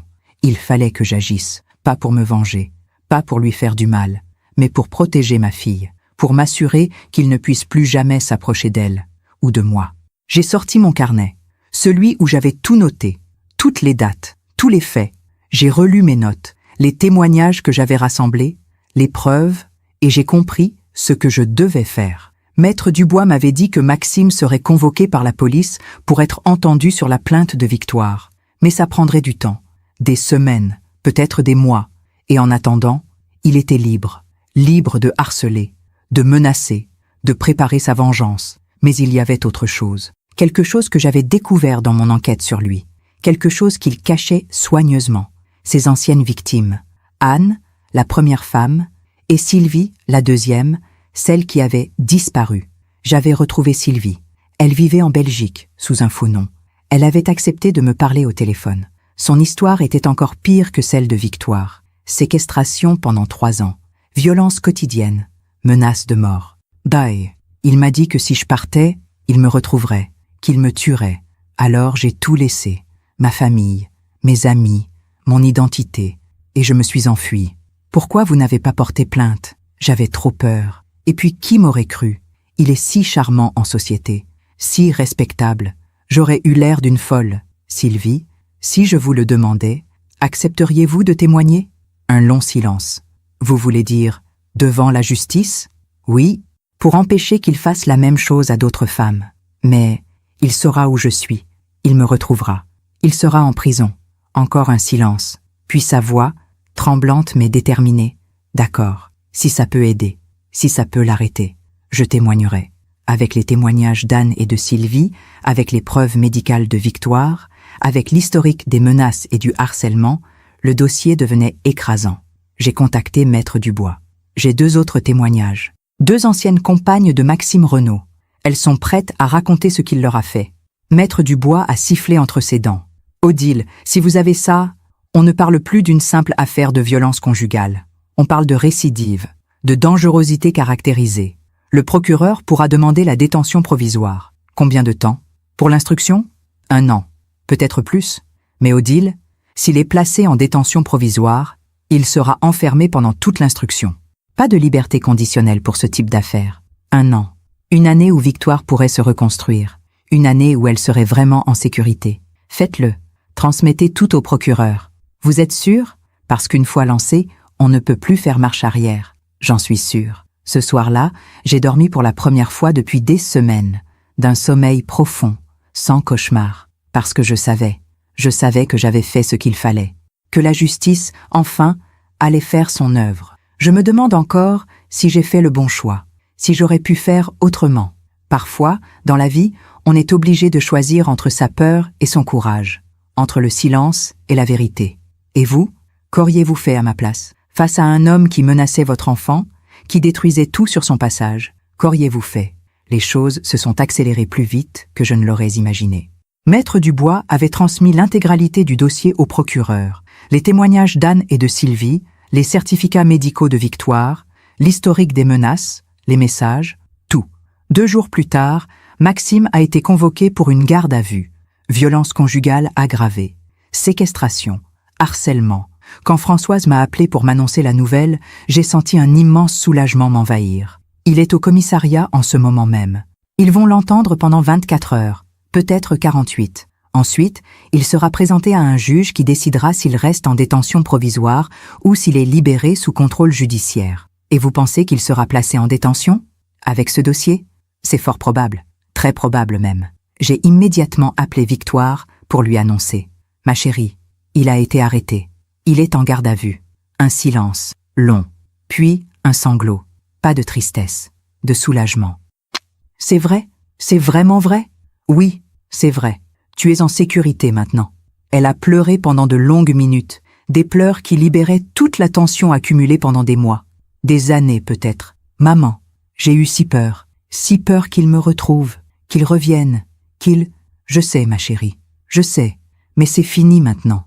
Ce soir-là, je me suis autorisé un verre de vin, un bon Bordeaux qu'Henri gardait pour les grandes occasions. J'ai levé mon verre vers sa photo, posée sur le buffet du salon. On l'a fait, mon amour, on l'a protégée, mais j'aurais dû savoir que rien n'est jamais aussi simple, que les hommes comme Maxime ne se laissent pas enfermer sans se battre. Le lendemain soir, vers 19 h, mon téléphone a sonné, un numéro inconnu. J'ai hésité, puis j'ai décroché. « Allô? Madame Carrière ?» Une voix d'homme, grave, inconnue. « Oui, c'est moi. Qui êtes-vous? Ça n'a pas d'importance. Ce qui compte, c'est que vous compreniez quelque chose. Maxime Renaud est un ami, un bon ami, et ses amis n'aiment pas qu'on s'en prenne à lui. Mon sang s'est glacé. Qu'est-ce que vous voulez? Juste vous faire passer un message. Retirez votre plainte. Dites à votre fille de retirer la sienne. Sinon quoi? Sinon il y aura des conséquences. Des accidents arrivent si facilement, surtout aux personnes âgées. Un cambriolage, une agression, on ne sait jamais. Vous me menacez? Je vous conseille. Nuance. Il a raccroché. Je suis resté figé, le téléphone à la main. Mon cœur battait si fort que j'avais l'impression qu'il allait exploser. Victoire avait raison. Il avait des amis, des gens prêts à agir pour lui, même depuis sa cellule. J'ai immédiatement appelé Maître Dubois. Il était 20 h passées, mais il a décroché. « Odile, que se passe-t-il » Je lui ai raconté l'appel, les menaces. « Il faut que vous alliez à la police. Immédiatement. Portez plainte pour menaces. Ils peuvent vous placer sous protection. » Sous protection? Mais Odile, écoutez-moi. Ces gens ne plaisantent pas. Si Maxime a effectivement des relations avec des individus peu recommandables, ils peuvent passer à l'acte. Vous êtes en danger. Réel. J'ai raccroché. J'ai regardé autour de moi. Cette maison qui était mon refuge était devenue un piège. Chaque ombre me semblait menaçante. Chaque bruit me faisait sursauter. Je devais prendre une décision. Vite. J'ai attrapé mon sac. J'y ai mis l'essentiel. Des vêtements de rechange, mes papiers, mon téléphone et la petite cuillère en argent. Toujours elle, mon talisman. J'allais partir, aller à l'hôtel, n'importe où, loin de cette maison. Mais au moment où j'ouvrais la porte, j'ai entendu un bruit. Dans le jardin, derrière la maison. Quelqu'un était là. Mon sang s'est figé. J'ai refermé la porte doucement. Verrouillé. Mon téléphone. J'ai composé le 17. La police. Police secours. Que se passe-t-il? Il y a quelqu'un dans mon jardin. Je crois qu'on essaie de rentrer chez moi. Votre adresse? Je l'ai donnée. Ma voix tremblait. Une patrouille arrive. Restez à l'intérieur. Ne sortez pas. J'ai raccroché. J'ai éteint les lumières du rez-de-chaussée. Je suis montée à l'étage, dans ma chambre. De la fenêtre, je pouvais voir le jardin. Et je l'ai vu. Une silhouette. Un homme. Habillé de noir. Il examinait les fenêtres du rez-de-chaussée, cherchant un point d'entrée. Mon cœur battait si fort que j'avais peur qu'il l'entende. Il s'est approché de la porte de la cuisine, a essayé de l'ouvrir. Elle était verrouillée. Il a sorti quelque chose de sa poche, un outil. Il s'apprêtait à forcer la serrure. C'est à ce moment-là que les sirènes ont retenti. L'homme a relevé la tête, brusquement. Il a regardé autour de lui, paniqué, puis il a couru. Il a escaladé le mur du fond du jardin et a disparu dans la nuit. La police est arrivée 2 minutes plus tard. 2 voitures, 4 agents. Ils ont fouillé le jardin, inspecté les alentours. L'homme était parti. Madame Carrière, vous l'avez vu? Vous pouvez le décrire? Grand, habillé de noir, capuche. Je n'ai pas vu son visage. Ils ont trouvé des traces, des empreintes de pas dans la terre humide, sous la fenêtre de la cuisine. Des marques sur la porte, là où il avait essayé de forcer la serrure. Madame, vous ne pouvez pas rester ici ce soir. C'est trop dangereux. Vous avez quelqu'un chez qui aller? De la famille? J'ai pensé à ma sœur Mathilde, à Lyon. Mais c'était trop loin. Trop compliqué à cette heure. Je vais aller à l'hôtel. On va vous escorter. Le temps que vous preniez quelques affaires. J'ai rempli une valise rapidement. Des vêtements, ma trousse de toilette, les photos de Victoire et d'Henri. Et le dossier, celui que je gardais dans mon coffre personnel, à l'étage. Toutes les preuves, tous les témoignages. La police m'a emmené à l'hôtel Mercure, près de la gare. Une chambre simple, fonctionnelle. Ils m'ont accompagné jusqu'à la porte. Vous avez notre numéro. Au moindre problème, vous appelez. Merci. Je me suis retrouvée seule dans cette chambre d'hôtel impersonnelle. Le lit trop grand, les murs blancs, l'odeur de détergent industriel. J'ai posé ma valise. Je me suis assise sur le lit. Et là, pour la première fois depuis le début de cette histoire, j'ai eu peur. Vraiment peur. Peur pour moi. Peur pour Victoire. Peur de ce que ces hommes pourraient me faire. Mon téléphone a vibré. Un message. De Françoise. Odile, j'ai appris ce qui s'est passé. La police m'a contacté. Il faut qu'on se voie. Demain matin. Je passerai te chercher à l'hôtel. 9 heures. On doit parler. J'ai répondu, d'accord. Cette nuit-là, je n'ai presque pas dormi. Chaque bruit dans le couloir me faisait sursauter. Chaque pas devant ma porte me mettait en alerte. J'ai pensé à tout abandonner, retirer la plainte, dire à Victoire de tout arrêter, pour avoir la paix, pour que ces hommes nous laissent tranquilles. Mais alors, quoi? Maxime sortirait, libre, il recommencerait, avec Victoire ou avec une autre femme. Et tout ça aurait été pour rien. Non, je ne pouvais pas abandonner. Pas maintenant. Le lendemain matin, Françoise est arrivée comme promis. Elle avait l'air grave. Odile, monte. Il faut qu'on parle. Nous sommes allés dans un café, loin de l'hôtel. Un endroit discret, au fond d'une petite rue. La police a analysé les traces laissées dans ton jardin. Ils ont trouvé des empreintes de chaussures. Ils les ont comparées à leur base de données. Et l'homme qui a essayé d'entrer chez toi est connu des services de police. Un délinquant. Plusieurs condamnations pour violence, vol, agression. Il travaille pour, pour des gens qui ont besoin de régler des problèmes. Un homme de main. Exactement. Donc Maxime l'a envoyé. Probablement. Même s'il sera difficile de le prouver. Ces gens-là ne laissent pas de traces, pas de messages, pas d'appels. Tout se fait en espèces, de la main à la main. Qu'est-ce qu'on fait alors? La police te propose une protection. Un agent devant ta porte, 24 heures sur 24, le temps que l'affaire soit jugée. Et Victoire, elle est déjà protégée au foyer. Mais on va renforcer la sécurité. Personne n'entrera sans autorisation. J'ai bu une gorgée de café. Il était amer, froid. Françoise, je ne veux pas vivre comme ça. Sous protection policière, enfermée. C'est exactement ce qu'il faisait subir à Victoire. Je deviendrai, comme elle, une prisonnière. Que proposes-tu alors? Il faut que Maxime reste en prison. Que le juge le place en détention provisoire. C'est la seule solution. L'audience devant le juge des libertés est prévue demain. Maître Dubois sera là. Il va plaider pour la détention. Avec les nouveaux éléments, les menaces, la tentative d'effraction, ça renforce le dossier. Tu penses que le juge acceptera? Honnêtement? Oui. Maxime représente un danger. Pour Victoire, pour toi, pour toute personne qui se met en travers de son chemin. Un juge ne peut pas ignorer ça. J'ai hoché la tête. Il fallait que je tienne encore un jour. Juste un jour. Nous sommes retournés à l'hôtel. Françoise m'a accompagnée jusqu'à ma chambre. Tu veux que je reste avec toi? Non, ça va aller. Merci. Elle est partie. Je me suis allongée sur le lit, tout habillée. J'ai fermé les yeux. Et c'est là que mon téléphone a sonné. Encore. Le même numéro inconnu que la veille. J'ai hésité. Puis j'ai décroché. Allô? Vous n'avez pas compris le message, apparemment. La même voix. Grave. Menaçante. Laissez-moi tranquille. On vous laissera tranquille quand vous aurez retiré votre plainte. Toutes les deux. Jamais. Votre fille est au foyer Sainte-Anne, rue de la Paix, n'est-ce pas? Mon cœur s'est arrêté. Comment savait-il? L'adresse du foyer était censée être confidentielle. Vous, comment? On sait tout, Madame Carrière. Tout. Où vous êtes, où elle est. Et croyez-moi, un foyer, ça ne protège de rien. Les portes, ça se force. Les fenêtres, ça se casse. Si vous touchez à ma fille, Vous quoi? Vous appellerez la police? Ils ne pourront rien faire. Quand on voudra la récupérer, on la récupérera. Il a raccroché. J'étais paralysée.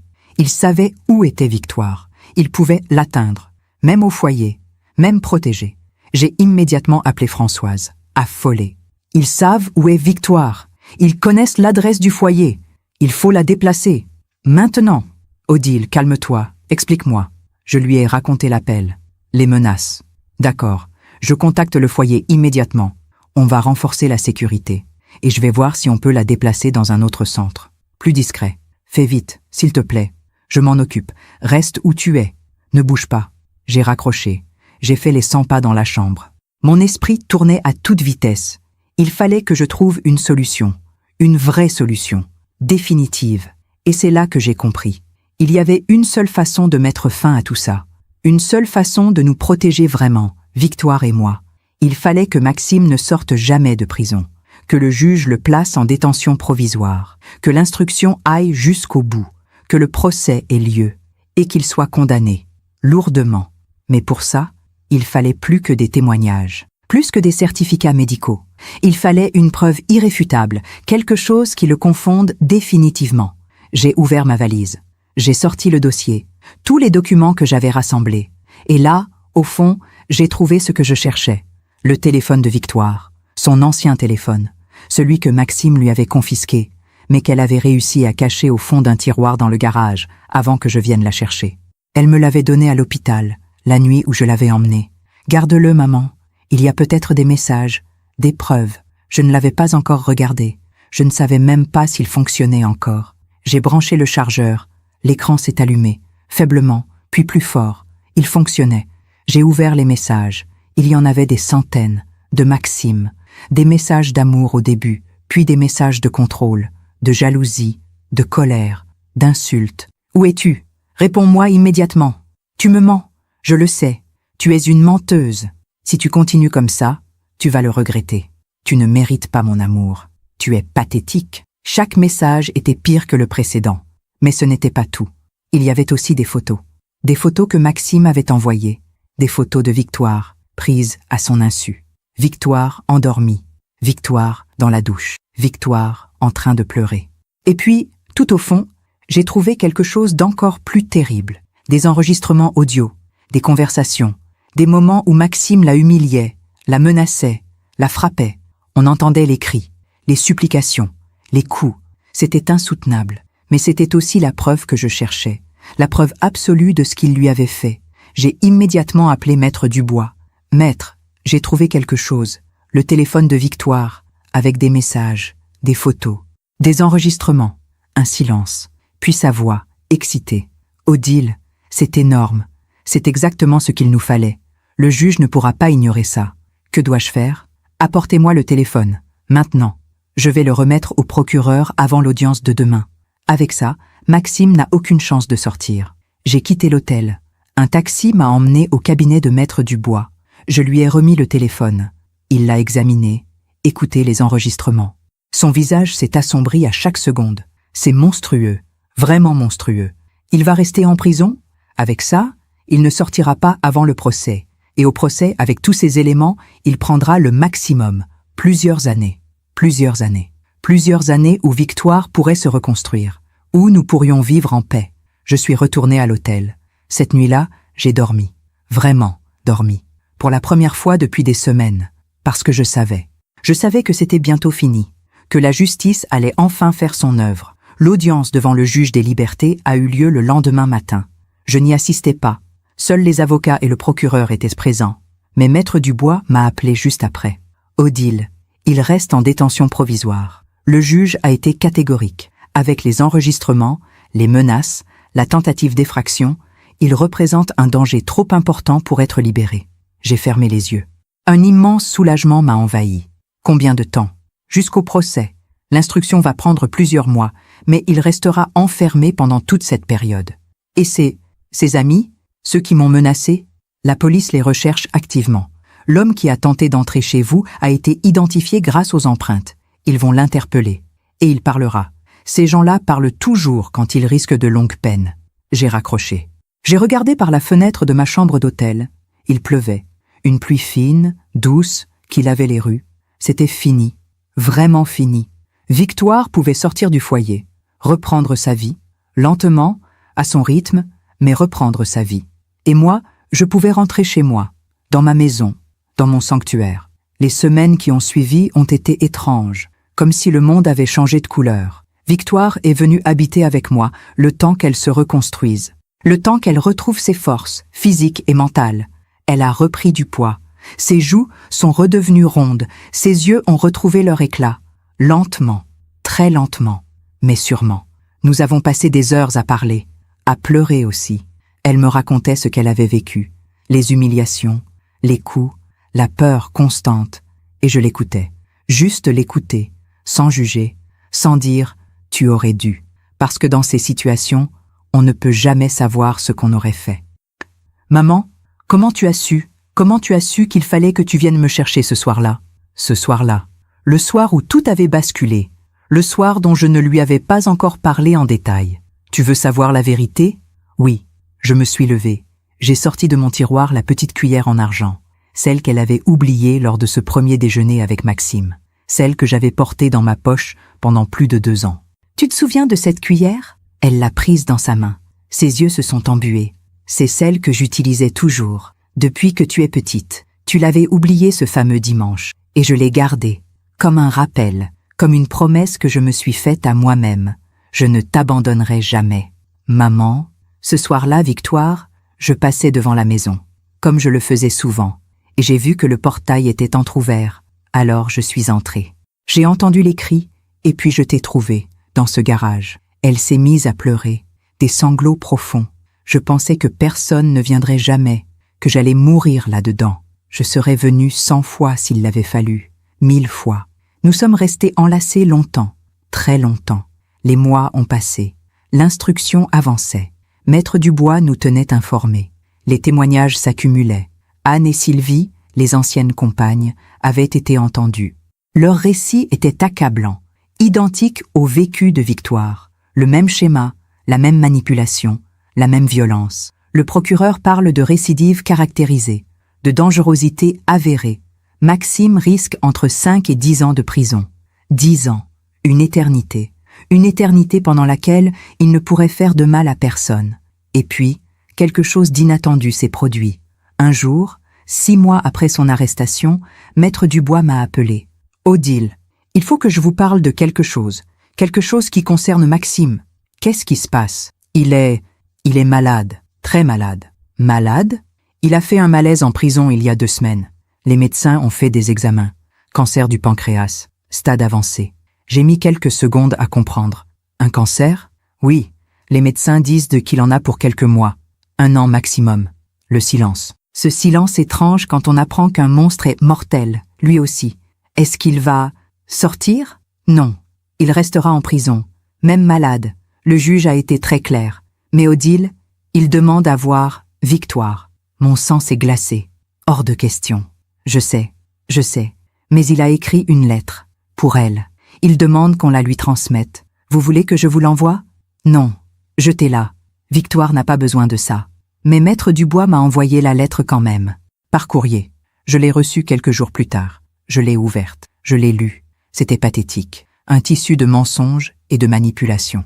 Il disait qu'il l'aimait, qu'il n'avait jamais voulu lui faire de mal, qu'il était malade maintenant, et qu'il comprenait, qu'il avait changé, qu'il voulait juste la revoir une dernière fois, pour s'excuser, pour mourir en paix, en paix. Lui qui n'avait jamais donné la paix à Victoire. J'ai froissé la lettre. J'allais la jeter quand Victoire est entrée dans la cuisine. Qu'est-ce que c'est? J'ai hésité. Devais-je lui dire? Devais-je la protéger de ça aussi? C'est une lettre de Maxime. Son visage s'est fermé. Il est sorti? Non. Non, il est toujours en prison.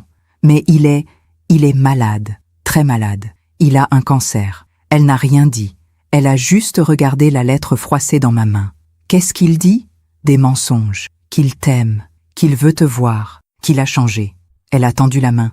Je peux la lire? Victoire, tu n'es pas obligée. Tu ne lui dois rien. Je sais, mais je veux la lire. Je lui ai donné la lettre. Elle l'a lue, lentement, sans expression. Puis elle l'a reposée sur la table. Il n'a pas changé. Même mourant, il essaie encore de me manipuler. Tu veux lui répondre? Non, il n'aura pas ça. Il n'aura pas mon pardon. Parce qu'on ne pardonne pas à quelqu'un qui n'a jamais vraiment demandé pardon, qui ne reconnaît pas ce qu'il a fait. Elle a pris la lettre, elle l'a déchirée, en petits morceaux, puis elle les a jetés à la poubelle. C'est fini, vraiment fini. Maxime Renaud est mort 4 mois plus tard, en prison, seul, sans visite. Ses amis, ceux qui m'avaient menacé, ne sont jamais venus. L'homme qui avait tenté d'entrer chez moi avait été arrêté. Il avait parlé, effectivement, donné des noms. Il avait été condamné, lui aussi. Quand Maître Dubois m'a annoncé la mort de Maxime, j'ai ressenti rien, ni joie, ni tristesse, juste un vide, comme si un chapitre se fermait. Comment va Victoire? Elle va bien.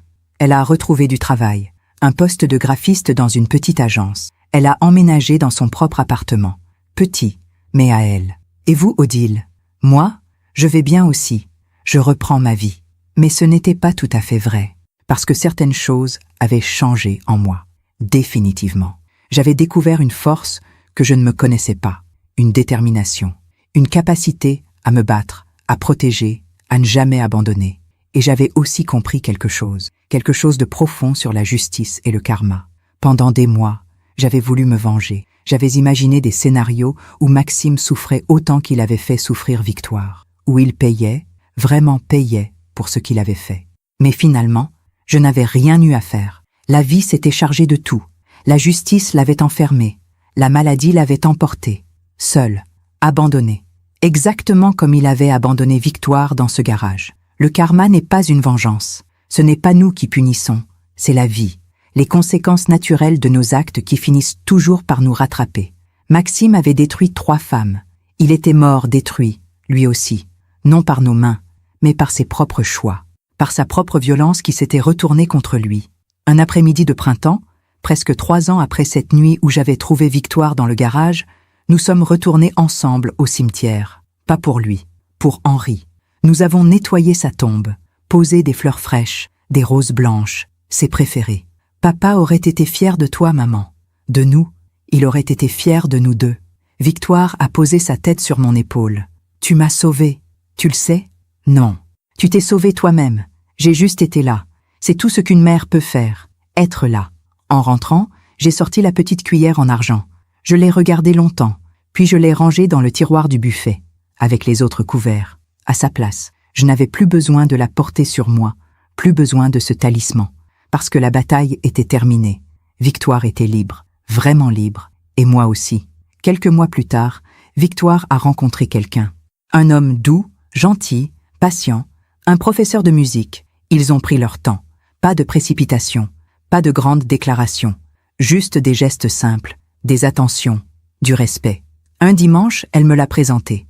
Chez moi, pour le déjeuner. J'ai préparé des madeleines au citron, mon plat signature. Quand ils sont arrivés, Victoire rayonnait. Pas de ce sourire forcé qu'elle avait avec Maxime. Un vrai sourire, lumineux, vivant. Thomas, c'était son nom, m'a apporté des fleurs, des pivoines. Victoire m'a dit que c'était vos préférés. J'ai souri. Cette fois, c'était différent. Cette fois, c'était vrai. Pendant le repas, je les ai observés. La façon dont ils l'écoutaient. dont il riait à ses blagues, dont il la laissait parler, exister, briller. C'était ça, l'amour, pas la possession, pas le contrôle, juste être ensemble, libre. À la fin du repas, Victoire a utilisé la petite cuillère en argent pour son café. Elle ne l'a pas oubliée cette fois. Elle l'a lavée. Elle l'a remise dans le tiroir. Merci maman, pour tout. Merci à toi, de m'avoir laissé t'aider. Cette nuit-là, seule dans ma chambre, j'ai pensé à tout ce chemin parcouru, aux nuits blanches, aux peurs, aux larmes, mais aussi aux victoires, aux moments de force, aux preuves d'amour. Et j'ai compris que notre histoire, aussi terrible qu'elle ait été, avait un sens. Elle montrait que même dans les situations les plus sombres, il y a toujours de l'espoir, toujours une sortie, toujours quelqu'un qui vous tend la main. Il suffit d'avoir le courage de la saisir. Maxime m'avait traité de folle cette nuit-là dans le garage. Elle devait apprendre une leçon, avait-il dit en parlant de Victoire. Des années plus tard, j'ai appris qu'il avait fini ses jours dans une chambre d'hôpital de prison. Seul, aucune visite, même ses soi-disant amis l'avaient abandonné. Je me souviens d'avoir croisé son regard, vide, dans ce couloir, quand la police l'emmenait après son arrestation. Le même regard qu'il avait eu pour Victoire. Mais cette fois, c'était lui qui était détruit. La vie finit toujours par rendre ce qu'on lui donne. Et moi, je n'ai rien fait d'autre que protéger ma fille. Le reste, le karma s'en est chargé, naturellement. Justement, il y a des histoires qu'on garde pour soi pendant trop longtemps. Des histoires qui pèsent, qui brûlent, qui demandent à être racontées. La mienne en fait partie. Aujourd'hui, j'ai 70 ans. Victoire en a 42. Elle s'est mariée l'année dernière avec Thomas. Une petite cérémonie intime, dans le jardin de notre maison familiale, sous les rosiers blancs qu'Henri avait plantés il y a si longtemps. Cette fois, j'étais là, au premier rang, témoin de son bonheur, de son vrai bonheur. Elle portait une robe couleur ivoire, simple et élégante. Ses cheveux flottaient librement sur ses épaules. Elle riait, ce rire cristallin que je croyais perdu à jamais. Quand elle a prononcé ses vœux, sa voix était ferme, assurée. Plus aucune trace de cette femme brisée que j'avais trouvée dans un garage, il y a maintenant 4 ans. 4 ans! C'est long et court à la fois. Long pour guérir, court pour tout ce qui a changé. Victoire a repris sa vie en main. Elle dirige maintenant sa propre petite agence de design graphique. 3 employés. Des clients fidèles. Elle gagne sa vie, dignement, librement. Elle a aussi commencé à accompagner d'autres femmes, bénévolement, dans une association. Elle leur raconte son histoire. Elle leur montre qu'on peut s'en sortir, qu'on peut survivre. Et même plus que survivre, vivre, vraiment vivre. « Maman, tu m'as appris quelque chose d'essentiel », m'a-t-elle dit un jour. Quoi donc? Qu'on n'est jamais seul, même quand on a l'impression que tout le monde nous a abandonnés. Il y a toujours quelqu'un qui veille, quelqu'un qui ne lâche pas. Ces mots m'ont ému aux larmes. Mais la vérité, c'est que ce n'est pas seulement moi qui l'ai sauvée. C'est elle, son courage, sa volonté de s'en sortir, sa force intérieure qu'elle ne connaissait pas elle-même. Moi, je n'ai été qu'un pont, un passage entre l'enfer et la vie. Quant à moi, ces années m'ont transformé aussi. J'ai découvert des parts de moi que j'ignorais, une détermination féroce, une capacité à affronter mes peurs, une compréhension plus profonde de ce qu'est vraiment l'amour maternel. Aimer, ce n'est pas seulement être là dans les beaux moments, c'est être là dans les moments impossibles, dans ceux où on voudrait fuir, fermer les yeux, faire semblant que tout va bien. Aimer, c'est regarder la vérité en face, même quand elle fait mal, même quand elle nous terrifie. J'ai aussi appris quelque chose sur la justice, la vraie justice, pas celle des tribunaux, même si elle est nécessaire, importante, fondamentale, mais l'autre justice, celle qui dépasse nos petites mains humaines. Pendant des mois, j'ai voulu faire payer Maxime. J'ai imaginé des scénarios de vengeance, des façons de le faire souffrir autant qu'il avait fait souffrir ma fille. Mais finalement, je n'ai rien fait de tout ça. Je me suis contentée de rassembler les preuves, de construire un dossier solide, de faire confiance au système judiciaire. Et la vie a fait le reste. Maxime n'est pas mort à cause de moi. Il est mort à cause de lui-même, de ses choix, de sa violence, de sa noirceur intérieure qui a fini par le dévorer. C'est ça, le karma. Ce n'est pas une punition divine. Ce n'est pas une vengeance cosmique. C'est simplement la loi des conséquences. Chaque action porte en elle ses fruits, bons ou mauvais. Maxime a semé la violence, l'humiliation, la destruction. Il a récolté la solitude, l'abandon, la maladie. Il est mort comme il avait vécu, seul, sans amour, sans dignité. Personne ne l'a pleuré. Pas même sa propre famille, qui avait fini par découvrir qui il était vraiment. Moi, je n'ai ressenti ni joie ni tristesse à l'annonce de sa mort. Juste un soulagement. Celui de savoir que Victoire était définitivement libre, qu'il ne pourrait plus jamais lui faire de mal. Il y a quelques mois, Victoire m'a annoncé qu'elle attendait un enfant, une petite fille. Elle naîtra au printemps prochain. Comment vas-tu l'appeler? Hélène, comme grand-mère. Hélène, le prénom de ma mère. Cette femme forte, courageuse, qui m'avait appris à ne jamais baisser les bras, qui m'avait montré qu'une femme pouvait affronter n'importe quelle tempête. Elle aurait été si fière. Elle l'est, maman. Quelque part, elle l'est. Nous étions assises dans le jardin, sous les rosiers. Un thé fumait dans nos tasses. C'était un de ces moments parfaits, où le temps semble suspendu. Maman, tu ne regrettes rien? Regretter quoi? D'avoir autant risqué. Ta sécurité, ta tranquillité. Tu aurais pu te contenter d'appeler la police cette nuit-là. Tu aurais pu rester en retrait. Victoire, regarde-moi. Elle a levé les yeux vers moi. Je ne regrette rien, pas une seconde, parce que tu es là, parce que tu vas bien, parce que tu es libre, et que bientôt tu seras mère à ton tour. Alors non, je ne regrette rien. Elle a souri. Ce sourire qui disait tout, la gratitude, l'amour, la complicité. Quand la petite naîtra, tu lui raconteras notre histoire, peut-être, quand elle sera assez grande, pour qu'elle sache, pour qu'elle comprenne qu'on peut toujours se relever, qu'on n'est jamais définitivement brisé, et pour qu'elle sache qu'elle a une grand-mère extraordinaire. J'ai ri, un rire léger, joyeux, extraordinaire, je ne sais pas, mais présente. Ça, je peux le promettre, toujours présente. Aujourd'hui, quand je repense à tout ce chemin parcouru, je me dis que notre histoire n'est pas seulement la nôtre. Elle est celle de toutes ces femmes qui souffrent en silence, qui pensent qu'elles ne peuvent pas s'en sortir, qu'elles sont seules, qu'elles méritent ce qui leur arrive. À toutes ces femmes, je voudrais dire « Non, vous ne méritez pas ça. Personne ne mérite d'être humilié, frappé, détruit. Peu importe ce que l'autre dit, peu importe comment il justifie ses actes. L'amour ne fait pas mal, l'amour ne contrôle pas, l'amour ne détruit pas, l'amour libère, l'amour respecte, l'amour construit. Et si vous vivez quelque chose qui ressemble à ce que Victoire a vécu, sachez qu'il y a toujours une porte de sortie, toujours quelqu'un pour vous aider. Une mère, une sœur, une amie, une association. Il suffit de tendre la main. Le plus dur, c'est le premier pas. Celui où on dit « j'ai besoin d'aide ». Celui où on avoue qu'on ne peut plus continuer comme ça, que c'est trop dur, trop lourd. Mais une fois ce pas franchi, tout devient possible. Victoire l'a fait. Des milliers d'autres femmes l'ont fait. Vous pouvez le faire aussi. Hier, en rangeant le buffet, je suis tombée sur la petite cuillère en argent. Elle était là, au milieu des autres couverts, parfaitement normale. Je l'ai prise dans ma main. Elle était légère, ordinaire. Mais pour moi, elle représente tout. Le symbole de notre lutte, de notre victoire, de notre survie. Je l'ai reposée délicatement, à sa place, parce que les batailles sont finies, parce que nous avons gagné. Non pas contre quelqu'un, mais pour nous-mêmes, pour notre liberté, pour notre dignité. Ce soir, Victoire et Thomas viennent dîner. Je prépare son plat préféré, celui que je faisais quand elle était petite, avant que tout ne bascule, avant Maxime, avant la douleur. Je dresse la table, 3 couverts. Bientôt, il y en aura 4, puis 5, quand la petite Hélène sera assez grande pour s'asseoir avec nous.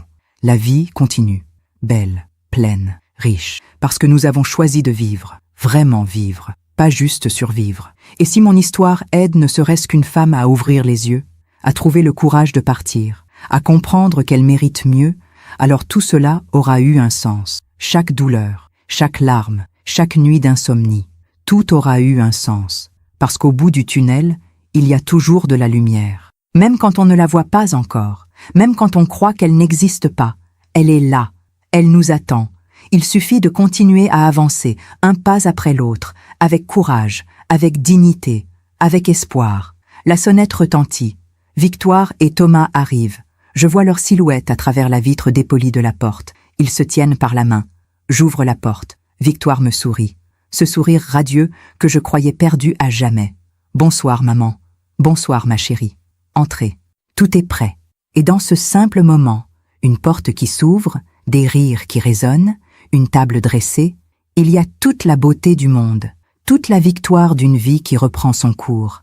Merci de m'avoir écouté jusqu'au bout. Si cette histoire a touché votre cœur, Partagez-la avec quelqu'un que vous aimez. Parfois, une histoire peut changer toute une journée. Parfois, elle peut même changer une vie. Abonnez-vous et activez la cloche pour entendre d'autres femmes qui ont transformé la douleur en sagesse. Chaque jour, une femme, une leçon de vie.